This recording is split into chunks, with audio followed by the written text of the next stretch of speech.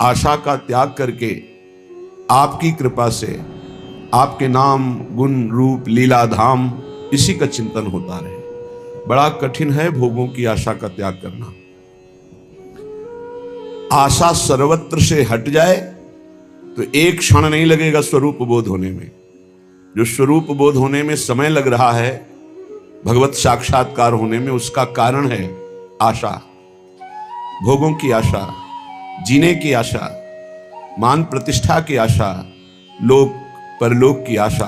अगर ये आशा नष्ट हो जाए अभी भगवत साक्षात्कार हो जाए। लौकिक आशाओं का नाश ही अध्यात्म की ऊंचाई है। सेवक जी महाराज कह रहे हैं, वेद विद्या पढ़त कर्म धर्मन करत, जलप तन कलप की अवधि आनी, चारुगति छाण संसार भटकत भ्रमत, आस की पास नहीं तोरी जानी। सकल स्वार्थ करत रहत जन्मत मरत, दुख और सुख के होत मानी, छाणी जंजार कैसे न निश्चय धरत, एक किन रमत हरिवंश बानी। बहुत वेदों का ज्ञान हो चुका है, कर्म धर्मों में भी बड़े प्रवीण हो, लेकिन तुम्हें पता है तुम एक फांसी में बंधे हुए हो, आशा की फांसी। भोगों की आशा, जीने की आशा, धन की आशा, मान प्रतिष्ठा की आशा, आस की पास नहीं तोरी जाने। फिर क्या हुआ? सकल स्वार्थ करत रहत जन्मत मरत, जन्म मरण से मुक्त नहीं हो सकते। स्वार्थ की लीलाएं होंगी, चाहे जितना शास्त्र ज्ञानी हो, कर्मकांडी हो, विद्वान हो। सेवक जी महाराज, वेद विद्या पढ़त कर्म धर्मन करत, जलप तन कलप की अवधि आनी, चारुगति छाणी संसार भटकत भ्रमत, आस की पास नहीं तोरी जानी। जिस समय पिंगला वैश्या विदेहराज की नगरी जनकपुर में श्रृंगार करके बैठी कि कोई पुरुष आएगा मेरे शरीर का मूल्य चुकाएगा और मैं उस धन से सुखी होंगी। जिस पुरुष को देखती, हाँ यही आ सकता है, कोई पुरुष नहीं आया। रात्रि हो गई, खिन्न हो गई, अपनी वृत्ति से उदास हो गई। हाय, मेरे हृदय में सच्चिदानंद प्रीतम प्यारे विराजमान हैं, उनको छोड़कर नाशवान शरीरों के आसक्ति वालों से अपने सुख को चाहा। धिक्कार है मेरी बुद्धि को। आज से मैं प्रण करती हूं, कभी किसी पुरुष की आकांक्षा नहीं करूंगी, कभी किसी पुरुष के द्वारा दिए हुए भोग सुख को स्वीकार नहीं करूंगी। उसी समय उसे तत्व साक्षात्कार हो गया। उसी समय दत्तात्रेय जैसे महान अवधूत ने उसे गुरु पद में बैठाला और हरिवंश महाप्रभु ने चतुरासी जैसे रस ग्रंथ में उसका उदाहरण दिया। प्रगट पिंगला गायो, पिंगला का नाम लिया। एक क्षण में स्थिति प्राप्त हो गई तितिक्षु ब्राह्मण की। एकादश स्कंद में पढ़ना, जिस समय सबकी आशा काटी उसी समय तत्वबोध हो गया। सारी साधना है आशा का नाश करने के लिए। आशा ही परमम दुखम नैराश्यम परमम सुखम। पर कोई बहादुर गुरु कृपा पात्र ही इस फांसी को काट पाता है, नहीं भोगों की आशा में बहुत लंबा समय जीता रहता है। ये भोग चुका हूं, ये भोग लूं, ये भोग लूंगा, ऐसी आशा लोक लोकांतर की, पद प्रतिष्ठा की, धन मान आदि की, ये बहुत बहुत बड़ी बाधा है और इसे कोई समझ नहीं पाता है, समझते हुए भी नहीं समझता। अगर इस आशा की फांसी को काट दे, जाहि न चाहिए कबहु कछु, तो तुम सन सहज सने, तो बसहु निरंतर तासुर सो राउर निजगे। उसी समय भगवान का प्रकाश हृदय में हो जाए। भगवान के हृदय में रहते हुए भी हम दर्शन क्यों नहीं कर पाते? उसका कारण है इच्छा, वासना, आशा। इसका त्याग हो जाए, अभी भगवत साक्षात्कार हो जाए। साधना हो रही आशा पूर्ति की नहीं, आशा त्याग की। त्यागात शांतनंतरम, त्याग से तत्काल शांति प्राप्त होती है और शांत मन ही भगवान में निरंतर रमण करता है। तो मन सुमिरन कर तो रहे मधुर मनोहर नित्य, नाम रूप गुण को सकल तज के भोग अनित्य। नाशवान भोगों की आशा का त्याग करके हे प्रिया प्रीतम, हे राधा माधव, निरंतर आपके नाम रूप गुण लीला धाम का ही गायन श्रवण मनन चिंतन करता रहूं।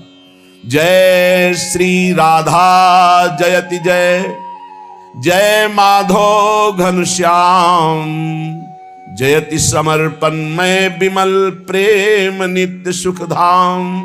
जय हो जय हो जय हो, श्री राधा किशोरी की जय हो, घनश्याम श्री माधव की जय हो और इनके प्रति पूर्ण समर्पण करके प्रेम करने वाले रसिकों की जय हो। बड़ी महिमा है प्रिया प्रीतम के प्रेम में डूबे हुए रसिकों की। श्रीपाद प्रबोधानंद जी महाराज कह रहे हैं, ये वृंदावन मां वसंती यदि वा, बहुत बड़ी महिमा की बात कह रहे हैं। स्पृष्ट्वात दृष्ट्वा गता ध्यायन्ति प्रणमन्ति तद्गुणगणान् गायन्ति श्रवन्ति वा मूर्धना बिभ्रति तद्रजः क्वचन तत्संबंध संबंधिनस् तान्त्युन्नयते परम पदमहो वृंदावनम पावनम। अगर ध्यान से इसको बैठा लोगे तो निश्चिंत हो जाओगे। श्रीपाद कह रहे हैं, ये वृंदावन मां वसंती, जो अखंड वृंदावन वास का नियम लिए हुए हैं और जो वृंदावन रस के रसिक हैं, ये वृंदावन मां वसंती, यदि उनका कहीं स्पर्श हो जाए, यदि वह स्पृष्ट्वाथ अथवा दृष्टवा दर्शन करने को मिल जाए, गता ध्यायन्ति या एकांत में बैठकर उन रसिक महापुरुष का ध्यान करने को मिल जाए, या प्रणमंती सामने साष्टांग दंडवत करने को मिल जाए, तदगुण गणान गायंती उनकी महिमा का उनका यश गान करने का भाव बन जाए, श्रणवंती या कोई उनकी महिमा गान कर रहा हो रसिक महापुरुष की, हम सुन ले, वा मूर्धना विभृत या उनकी सी चरण को लेकर मस्तक पर पधराने का, ऐसा न मिले तो उनकी चरण रज लेकर मस्तक पर धारण करने का। श्रीपाद कह रहे, तद्रह क्वचन तत्संबंध संबंधिन, यदि सीधे रसिक महापुरुष का संपर्क ना हो तो उनसे संपर्क करने वाले का स्पर्श हो जाए, दर्शन हो जाए, संभाषण हो जाए, या एकांत में उनका चिंतन हो जाए, तो श्रीपाद कह रहे परम पदमहो वृंदावनम पावनम, वृंदावन में विराजमान परम पवित्र रसिक महापुरुष का ध्यान, स्पर्श, संभाषण, प्रणाम, उनकी चरण रज, उनका चिंतन यदि हो रहा है तो निश्चित आपको परम पद प्राप्त हो जाएगा। देवर्षि नारद जी ने भी कहा है, मात संगस्तु दुर्लभ हो, बड़ा दुर्लभ है महापुरुषों का संग, पर अगम्यो यदि निर्वाह कर ले जाओ तो अमोघस्य निश्चित भगवत प्राप्ति हो जाएगी।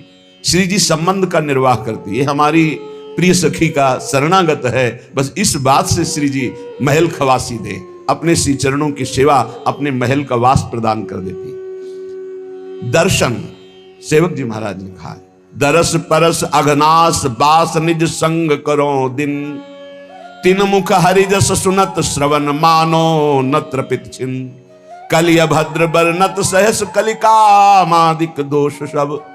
जितने दोष हैं कलयुग के कामादि दोष हैं, ये सब रसिक महापुरुषों का संग हृदय से किया जाए तो उनके दर्शन से, उनके स्पर्श से, उनके संभाषण से नाश हो जाता है।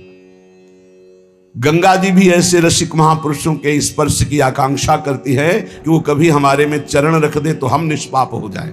ऐसे रसिकों का स्पर्श, संभाषण, दर्शन, श्रीपाद कह रहे हैं, यदि दर्शन ना हो, स्पर्श ना हो, संभाषण ना हो तो उनके जो संबंधी हैं उनका दर्शन, संभाषण, स्पर्श हो जाए तो निश्चित परम पद की प्राप्ति होती है। क्या है इसमें दर्शन संभाषण में? क्योंकि उनके अंदर प्रिया प्रीतम के प्रेम परमाणु है, प्रिया प्रीतम की वार्ता है, प्रिया प्रीतम का अनुराग है, प्रिया प्रीतम की आसक्ति है, तो उनके संग से हमारे हृदय में श्यामा श्याम की निश्चित आसक्ति प्रकट होती है। ये बड़ा सौभाग्य का विषय होता है जब कोई रसिक महापुरुष हमें अपना कह दे, ये अपने जन हैं, या एकांत में जब वो श्री जी के चिंतन में हो, उनके ध्यान में कभी हम आ जाएं, इस भाव से कि अपना दास है, ये अपना सेवक है, ये अपना निज जन है, ये श्री जी का जन है, निश्चित आशीष जो प्राप्त होता है, जो जीवन का परिवर्तन करता है, ये हम गूढ़ बात कहते हैं, वो मांगने से नहीं मिलता है, वो हाथ रखवाने से नहीं मिलता है, वो मिलता है जब वो भजन में बैठे होते हैं और अचानक आपकी किसी सेवा, दैन्यता, कोई ऐसा आचरण जो उनके हृदय पर प्रभाव डाल चुका है, उस समय आपकी याद आ गई और उस याद में जो आपके पास गया, श्री जी के चिंतन से डूबा हुआ वो भाव, वो आपका परम मंगल, परम कल्याण कर देता है। इसीलिए हरिवंश महाप्रभु ने सीधे श्यामा श्याम की प्रीति की बात ना कह के कहा, श्याम श्यामा पद कमल संगी सिर नायो। जो श्यामा श्याम के चरणों के अनुरागी हैं उनके चरणों में सिर नवाए। कह रहे निश्चित परम पद प्राप्त हो जाता है। प्रभु अपने जन से ज्यादा अपने जन के प्रति प्रेम रखने वाले को दुलार करते हैं। सेवक जी महाराज कह रहे, जो हरिवंश उपासक सेवय सदा सेवूं ताके चरण विचारी, और जो हरिवंश को धर्म सिखावे सोई तो मेरे प्रभु ते प्रभु भारी। वो मेरे प्रभु से भी बढ़कर प्रभु है, जो मुझे प्रभु की बात सुनाए। जिनके जाने जानिए युगल चंद सुकुमार, जिनके परिचय कराने से प्रिया प्रीतम से हमारा परिचय हुआ, हम ये जान पाए कि हमारे प्राणाधार जीवनधर राधा माधव श्यामा श्याम, उनको उनसे भी अधिक भाव करके मानना ये निश्चित परम पद की प्राप्ति का हेतु है। श्रीपाद कह रहे श्रीमद वृंदावन भुवि महानंद साम्राज्य कंदे, बंदेयम कंचन विरचिता मृत्युवास प्रतिज्ञम, श्री गांधर्वा रसिक तिलकौ स्वेश योग्यम यमेकम, ज्ञात्वा न्योन्यम विमशत इदम कीदृशोन्वेष भाव्य। ये श्री वृंदावन धाम महाप्रेम का साम्राज्य स्थल है। यहां पर जो ये प्रतिज्ञा कर लेता है, वंदे यम कंचन विरचिता मृत्युवास प्रतिज्ञम, ये स्वर्णिम भूमि जो वृंदावन है, इसमें जो नियम ले लेता है कि मैं मरने तक यहां से बाहर नहीं जाऊंगा, इसके बाद कोई शरीर को क्या करे हमें कोई परवाह नहीं, पर मैं वृंदावन से बाहर नहीं जाऊंगा, इसकी बहुत बड़ी महिमा है। ये बहुत बड़ी लाभ की वृत्ति, अनंत जन्मों की किए हुए अपराध सब क्षमा हो जाएंगे और निश्चित भगवत प्राप्ति हो जाएगी। पहला उपाय बताया, वृंदावन रसिकों का स्पर्श संभाषण दर्शन ध्यान प्रणाम चरण रज निश्चित परम पद प्रदान कर देती है। दूसरा उपाय बताया, सीधाम वृंदावन का आमरण व्रत ले लेना। सीधाम वृंदावन के बाहर कभी भी हम नहीं जाएंगे। कल हमसे किसी ने प्रश्न किया था कि हम कितनी सीमा माने वृंदावन की अखंडवास के लिए, तो 3 वृंदावन का वर्णन हुआ है, गोष्ठ वृंदावन, गोपी वृंदावन, नवनिवृत्त निकुंज वृंदावन। हम तीनों का एक साथ लेते हैं। हम ब्रज 84 कोष के अंतर्गत का वास स्वीकार करते हैं कि अगर हमें कहीं जाना है तो बस ये ब्रज 84 कोष के अंतर्गत, इसके बाहर नहीं। हम बरसाना दर्शन, नंदगांव दर्शन, गिरिराज जी दर्शन और मथुरा की भी परिक्रमा होती है, कार्तिक मास में परिक्रमा होती है। श्रीधाम वृंदावन और मथुरा ये सब परम पूज्य है। अगर मथुरा भी जाना पड़े तो ये हमारे ब्रज से कोई दूर नहीं है। परिक्रमा ब्रज 84 कोष के अंतर्गत मथुरा भी आता है। मथुरा से ही कहीं कहीं प्रारंभ होती है। जब परिक्रमा दी थी तो मथुरा से ही वो कराए हुए थे, तो मथुरा भी परिक्रमा के अंतर्गत ही आता है। तो हम जब अखंड वास लेते हैं तो 84 कोष का लेते हैं। इस 84 कोष ब्रजभूमि में हम आ जा सकते हैं। ऐसा इसमें यह भी सुविधा रहती है कि हमें कभी लाडली जी के दर्शन करना हुआ, कभी लाल जी के, कभी गिरिराज जी के, तो हम उसमें बंधे नहीं, हम दर्शन कर सकते हैं जाकर। और ब्रज 84 कोष भूमि ये श्री कृष्णमय है। आमरण व्रत ले लेना, पर ये ध्यान रखना, ये व्रत लेने के बाद फिर बाहर मत जाना।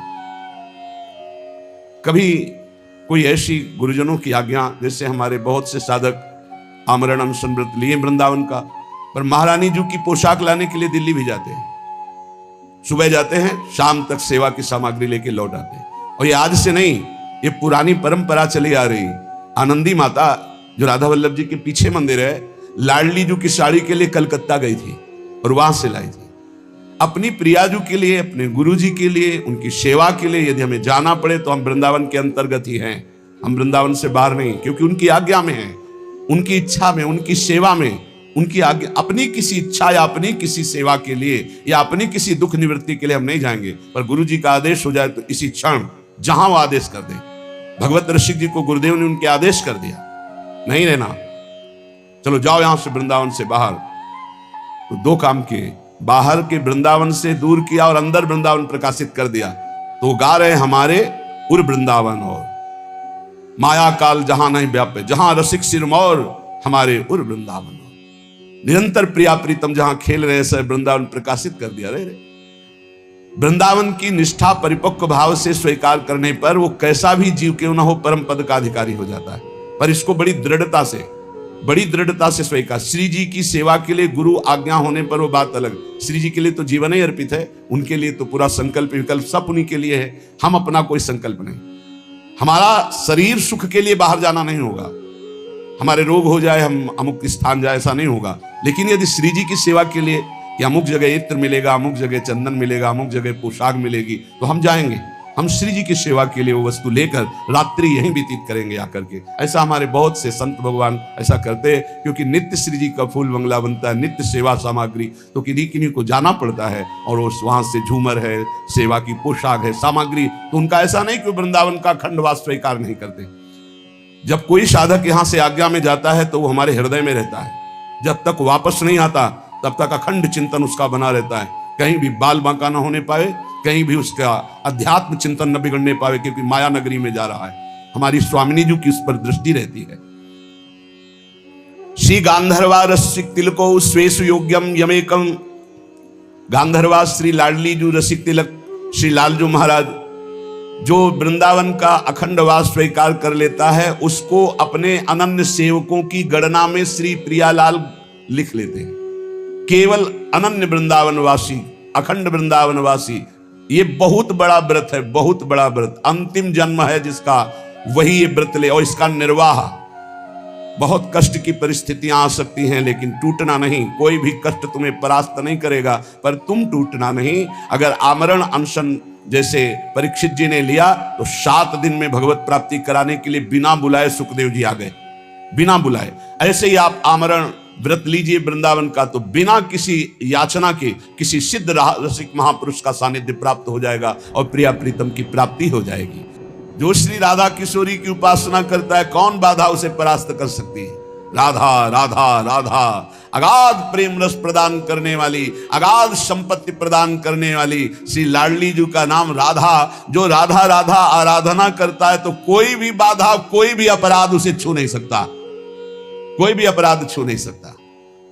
ये पक्का समझो। हरिराम व्यास जी ने कहा है, शाप ताप रोग शोक दारुण दुख हारी, ये लाल इष्ट दुष्ट दलन कुंज भवन चारी। श्याम हृदय भूषण जित दूषण हित संगी, श्री वृंदावन धूरि धूसर रास रसिक रंगी। शरणागत अभय विरद पतित पावन बाने, व्यास से अति अधम आतुर को न समाने। श्री राधा प्यारी के चरणारविंद शीतल सुखदाई। साप, किसी का साप राधा उपासक के ऊपर लागू नहीं हो सकता। जाओ मैं तुम्हें ऐसा साप देता हूं, वो लौट जाएगा, उसी के पास चला जाएगा। पक्का विश्वास कीजिए। कोई भी दैहिक दैविक भौतिक ताप स्पर्श नहीं कर सकता, और कोई चूक हो जाए तो उस पर पाप लागू नहीं होगा। साप ताप रोग, कोई भयानक प्रारब्ध आवे उसे रोग परास्त नहीं कर सकता। इसलिए कोई बाधा नहीं। जहां राधा वहां कौन सी बाधा? विश्वास कीजिए, जहां किशोरी जी के चरणारविंद का उपासना का भाव, वहां कोई बाधा परास्त नहीं करती। जिस घर में राधा नाम कीर्तन होगा उस घर में कभी शनि शुक्र राहु केतु इनका कोई प्रभाव नहीं होगा, कोई भूत प्रेत का प्रवेश नहीं होगा। आप चाहे 15 मिनट ही सही पर नाम कीर्तन अपने घर में जरूर करें। 2-4 घर के जो सदस्य हैं बैठ जाएं, कोई साथ ना दे तो अकेले मंजीरा उठाओ, अकेले ताली बजाते हुए राधा राधा राधा। फिर देखो आपके घर में कैसे आश्चर्य में परिवर्तन होता है, कैसा आनंद, कैसा बात। हम ये नहीं कह रहे कि तुम तुरंत ही करोड़पति बन जाओगे, लेकिन जो करोड़पति को भी नहीं है वो शांति तुमको मिलने लगेगी। तुम चिंता शोक रहित होने लगोगे, तुम्हारा हृदय एक आनंद से भर जाएगा। तुम्हें लगेगा अभी तक नारकी जीवन जीता रहा, अब अमृत में जीवन जी रहा हूं। जब राधा नाम सुधा रसम का कीर्तन करोगे, बड़ी महिमा की बात करें। तनु चापराधान न रक्ष, तू चिंता मत कर। अगर कोई अपराध बन जाता है तो तुम पर लागू ही नहीं होगा, क्योंकि राधा नाम जापक हो, राधा नाम क्षमा कर देगा। कोई अपराध इस पर, इसका मतलब यह बढ़ावा नहीं कि राधा राधा बोलो अपराध करो, ऐसा नहीं। बात यह है कि अगर हमसे कोई चूक हो जाती है तो हमारी स्वामिनी जी का नाम इतना महान है, वो चूक हमारे ऊपर अपना असर नहीं डाल सकती। हम चूक ना हो ऐसी चेष्टा करें, पर अगर हो जाती है तो कह रहे कि बाधाम सर्वाम स्मर न ही तनुम चापराधान न रक्ष। कोई भी बाधा तुम्हारे स्मरण में नहीं पहुंच सकती, कोई भी बाधा तुम्हारे जीवन में नहीं आ सकती। यदि नाम जब बाधाएं आएंगी पर वो सब मंगलमय हो जाएंगी। कोई भी अपराध तुम पर लागू नहीं होगा, क्योंकि तुम राधा नाम जापक हो। किशोरी जी का ऐसा प्रताप है। मां याहारतः क्वचिदपि विनाधाम राधा रसांधम, मां धावाग्यो क्वचिद शुभम धाम वृंदावनम ही। राधा रसोन्मत्त उपासक यही चाहेगा कि मुझे वृंदावन का वास मिले। उसका हृदय हर क्षण यही सोचेगा अपनी प्यारी जू प्यारे जू की लीला स्थली में वास हो, रोज सत्संग सुनने को मिले, रोज भगवान नाम कीर्तन बैठकर वृंदावन की भूमि में करूं। इसलिए मेरी दौड़ भाग बंद हो, लाडली जो ऐसी कृपा करो कि कभी ऐसा सुलभ हो जाए कि मैं वृंदावन वास करूं। चलो आजीवन नहीं तो कुछ कुछ दिन वास करके फिर चला जाऊं।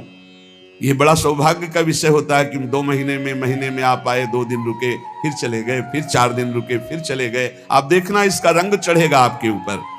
श्रीधाम वृंदावन का आश्रय, श्रीधाम वृंदावन का वास, वृंदावन के रसिकों का संग, राधा नाम का जप और प्रिया प्रीतम की उपासना, इससे बढ़कर त्रिभुवन में कुछ नहीं है। पर ये उपासना तभी रंग लाती है जब रसिकों का संग मिल जाए। बिना रसिकों के संग के ये रंग ही नहीं चढ़ता, ये समझ में ही नहीं आता है।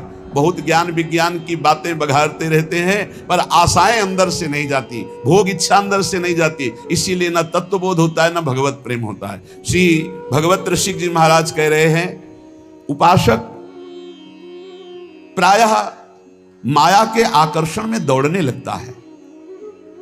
इच्छा तो है भगवान की प्राप्ति हो जाए, झंझट खत्म हो, लेकिन वासना इतनी प्रबल है कि वो उपासना में रत न रह करके वो भोगों की तरफ ले जाती है। कह रहे हैं कि माया को सब जग भजे, माधव भजे न कोय, और जो कदापि माधव भजे तो माया चेरी होए। माया चेरी होए रहे चरणन लपटानी, ज्यो मलयज के संग सहज सौरभ सुखदानी। भगवत रसिक अनन्य होए सदगुरु की दाया, तो माधव से मन लगे मोह छूटे मद माया। अगर गुरुदेव की कृपा हो जाए तो माया से मन हट जाए, अहंकार से मन हट जाए, नहीं ये कर्ता भोक्ता भाव में माया के पीछे लगा हुआ है। संसार के जितने भी हैं जीव, ये सब माया के वशवर्ती हैं, माया के अधीन हैं। और जो उपासना में लगते हैं तो भी उपासना हरि की करते हैं, ये हुई साधना, और साध्य बना लेते हैं माया का। बहुत बहुत स्पष्ट बात है। यद्यपि साधना हरि की, उसमें जो हमारे पास विषय सामग्री है उसे साधना का एक अंग बना लेते हैं और साध्य बनाते हैं भगवत प्रेम को, भगवत साक्षात्कार को, तब तो उपासना सही बनी। लेकिन उपासना हरि की, जैसे लीला गायन है, नाम कीर्तन है, भगवत आराधना है, लेकिन साध्य हम मान लेते हैं माया को। ये धन मिल जाए, ये मकान बन जाए, ये भोग सामग्री मिल जाए, तो बोले माया कभी पकड़ में नहीं आएगी। ये मायापति के भजन में जब तक चित्त नहीं लगाओगे तो माया पकड़ में नहीं आएगी। जहां मायापति माधव का भजन शुरू किया तो माया तुम्हारे चरणों की चेरी हो जाएगी। चरणों की चेरी, जो इच्छा करोगे तत्काल उसकी पूर्ति हो जाएगी, तत्काल। ये देखा, मां की तरह माया ये पोषण करने लगती है ऐसे भक्त का जो केवल भगवत आराधना में रहता है। यद्यपि उसकी कोई इच्छा नहीं, यदि कदापि इच्छा कहीं से जागृत हो जाए किसी संयोग वसात, तत्काल उसकी पूर्ति हो जाती है, क्योंकि आज्ञा कानूनी माया बन जाती है जो माधव का निरंतर भजन करता है। जैसे चंदन के आसपास के नीम और बमूल भी चंदन के भाव बिक जाते हैं, ऐसे ही हमारी कोई योग्यता नहीं, पर यदि हम प्रभु का भजन करने लगे तो हम में भागवतिक सौरभ जागृत हो जाएगा और हम महान महान भक्तों की पंक्ति में आ जाएंगे। भगवत ऋषिक जी कहते हैं, जो साधक अपने गुरु को प्रसन्न कर लेता है, जिसके ऊपर गुरु की कृपा दृष्टि रहती है, उसके हृदय से मोह मद माया अपने आप छूट जाती है और माया सदैव उसकी सेवा में रहती है और माधव उसके हृदय में विराजमान रहते हैं। इसलिए सच्चा उपासक वही है, आशा जिज्ञासा नहीं, नहीं आशा उपदेश, नाम रूप रसना चखनी, यह समझे को देश, यह समझे को देश, सहज सब सो नहीं बोले, और बोले समयो पाए ग्रंथि संशय की खोले। भगवत रसिक अनन्य भानु लो करे प्रकाशा, हरे तिमिर अज्ञान ज्ञान दे पुजवे आशा। भगवत रसिक जी कहते हैं, उपासना के मार्ग में वही सफल हो सकता है जिसके हृदय में कोई भी आशा ना रह जाए। आशा बहुत बड़ी चीज है, बहुत बड़ी वस्तु है। ये बड़े बड़े साधन करने पर भी आशा बनी रहती, चार लोग प्रणाम करें, चार लोग यश कीर्ति, चार सुख सामग्री एकत्रित, ये आशा बनी ही रहती है। जब तक ये आशा है तब तक भगवत साक्षात्कार नहीं। इसी आशा को काटना है। भगवत ऋषिक जी कहते हैं, इस उपासना के मार्ग में सबसे खतरा है इस आशा से, भोगों की आशा, जगत की आशा, मान प्रतिष्ठा की आशा। हे, कौन भगवान से मिलना चाहता है? कोई बिरला है। देखो ना आप, एक व्याकुलता प्रभु मिलन की नहीं, आशा है भोगों की। भजन कर रहे हैं भगवान का, आशा है भोगों की। बड़ी विचित्र फांसी है। उद्देश्य है भगवत प्राप्ति, लेकिन उस उद्देश्य की कोई आशा नहीं। आशा है भोगों की, आशा है जगत की मान प्रतिष्ठा की। जगत यही सत्य माना जा रहा है। जगत बोले जिसकी ना किस कोई आशा है और ना कोई जिज्ञासा है, क्या जानना है? हमारे श्यामा श्याम इनका नाम गुण रूप निरंतर हमें चिंतन करना है, इससे बढ़कर कोई ज्ञान नहीं। नाम रूप रसना चखन ये समझे को देश, जो निरंतर नाम जप करता है, नाम कीर्तन करता है, प्रभु के चरित्र सुनता है, प्रभु के चरित्र गाता है, रूप का ध्यान करता है, वही इस देश में उन्नति प्राप्त करता है उपासना मार्ग में। और ये बहुत कठिन है, बहुत हम देख रहे हैं, बड़ी बड़ी अवस्थाओं के उपासक हो जाते हैं, ना निरंतर नाम चलाने की कोई जिज्ञासा है, ना कोई भगवत तत्व की जिज्ञासा है, बस वो बाहरी बातें बताते हैं आकर के, इतना ये है, इतना ये है, ये अस्पताल खुलवा दिया, ये कर दिया, वो कर। विश्राम कहां है अंतर में? वो अशांत हैं। विश्राम कहां है? नाम रूप रसना चखनी या समझे को देश। जो निरंतर नाम जप रहा है, बलिहारी गुरु चरणारविंद की प्रथम में ही, प्रारंभिक अवस्था में ही ये बात बता दी थी। वो बैठ गई, कोमल हृदय, बच्चा थे, ऐसे फूस की झोपड़ी में रहते थे, ऐसे तखत के नीचे आसन हमारा लगता था जमीन में, और तखत में गुरुदेव, उठ बच्चा, 2 बजे रात्रि उठ, बैठ, भजन कर, और देख जब नाम जप का प्रभाव जगेगा तो भगवान की सुंदर मूर्ति आएगी, सुंदर रूप आएगा, तू लग उसी में लग। वो बात ऐसे बैठ गई कि भगवान का दर्शन नाम से ही होता है, नाम जप से ही होता है, कृतार्थ कर दिया। अगर वो नई अवस्था थी, जैसा उपदेश करते वैसा साधन में लगते, बस सब साधन करते हुए एक बात थी, एक भी श्वास खाली ना जाए भगवत स्मरण से। नाम रूप रसना चखनी, ये समझे को देश। नेत्र रूप का स्वाद ले रहे हैं और हृदय में नाम चल रहा है, सब ज्ञान आ जाएगा, सब ज्ञान, कुछ समझने की बात अन्य नहीं, आशा जिज्ञासा नहीं, किसी से प्रश्न मत करो, अपने आप सब उत्तर आ जाएंगे। जब